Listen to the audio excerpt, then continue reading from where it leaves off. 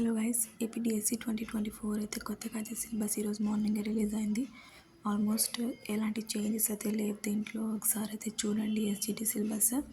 ఇంకా చూసుకుంటే GK and current affairs వచ్చేసి 8 మార్క్స్, పిఐ వచ్చేసి 4 marks, educational psychology 8 marks, content and methodologies వచ్చేసి 60 మార్క్స్ అంటే 40 మార్క్స్కి అయితే కంటెంట్, 20 మార్క్స్కి అయితే మెథడాలజీ అనమాట.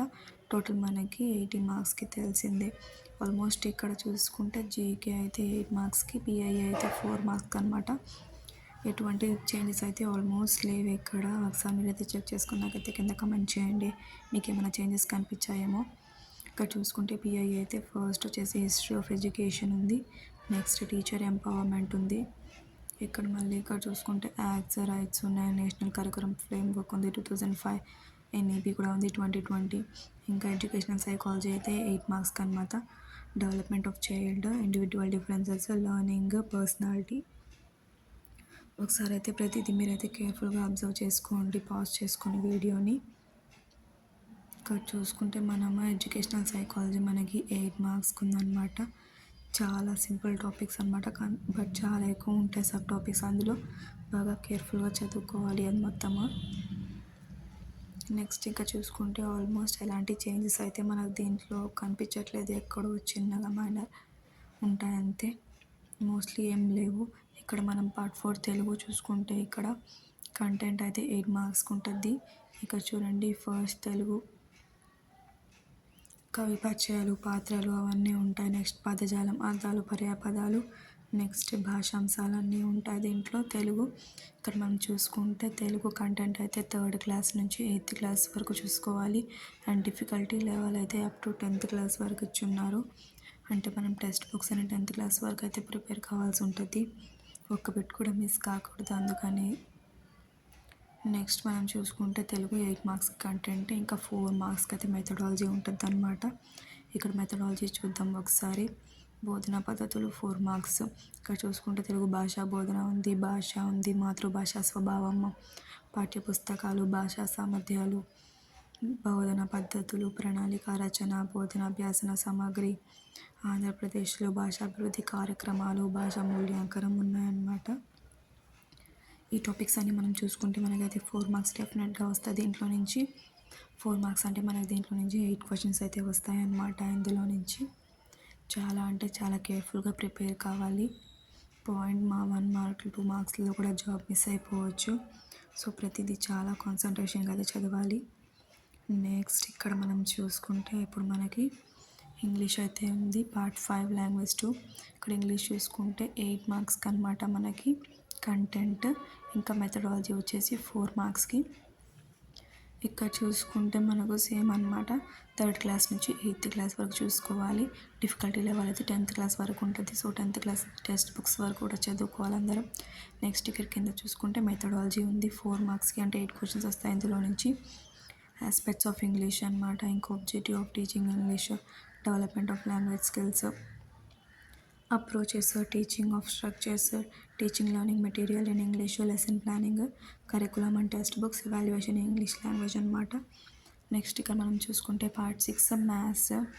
చాలా చాలా హార్డ్గా ఉంది, చాలా టాపిక్స్ అయితే చాలా ఎక్కువ ఉన్నాయి.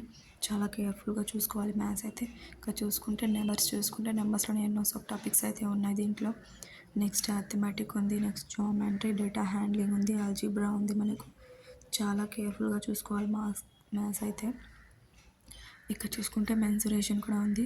నెక్స్ట్ ఇక్కడ మెథడాలజీ అయితే 4 మార్క్స్కి 8 క్వశ్చన్స్ వస్తాయి ఇందులో నుంచి.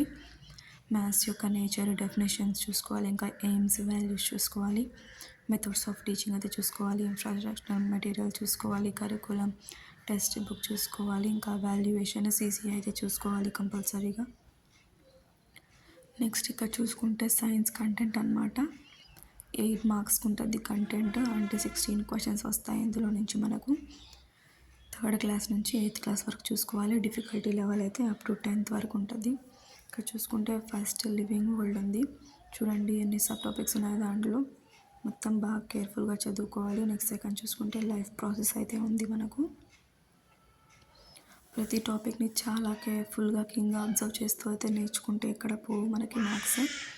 నెక్స్ట్ ఇక్కడ చూసుకుంటే న్యాచురల్ ఫినామినా ఉంది, ఆబ్జెక్ట్స్ అండ్ మెటీరియల్స్, లైట్ గురించి, ఎలక్ట్రిసిటీ, మ్యాగ్నెటిజం, హీట్, కొంచెం అయితే లైట్గా ఫిజిక్స్, కెమిస్ట్రీ కూడా బాగా చూసుకోవాలి గైస్.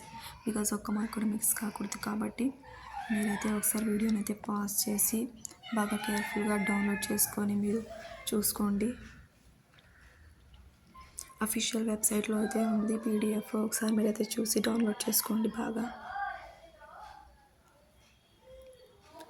నెక్స్ట్ ఇక్కడ మనం చూసుకుంటే కంబషన్ అండ్ ఫ్యూయల్స్ ఉంది, ఫైబర్స్ ఉంది, సౌండ్ ఉంది, సమ్ న్యాచురల్ ఫినామినా ఉంది, అవర్ యూనివర్స్ ఉంది, ఇంకా ట్రాన్స్పోర్టేషన్ అండ్ కమ్యూనికేషన్ కూడా ఉంది గైస్. ఒక్కొక్క దాంట్లో చాలా సబ్ టాపిక్స్ అయితే ఉన్నాయి. ప్రతి సబ్ టాపిక్ని అయితే వదలకుండా బాగా ప్రిపేర్ అయితేనే మనం జాబ్ మిస్ కాకుండా ఉంటాం. ఒకసారి చూడండి పాజ్ చేసి మీరైతే.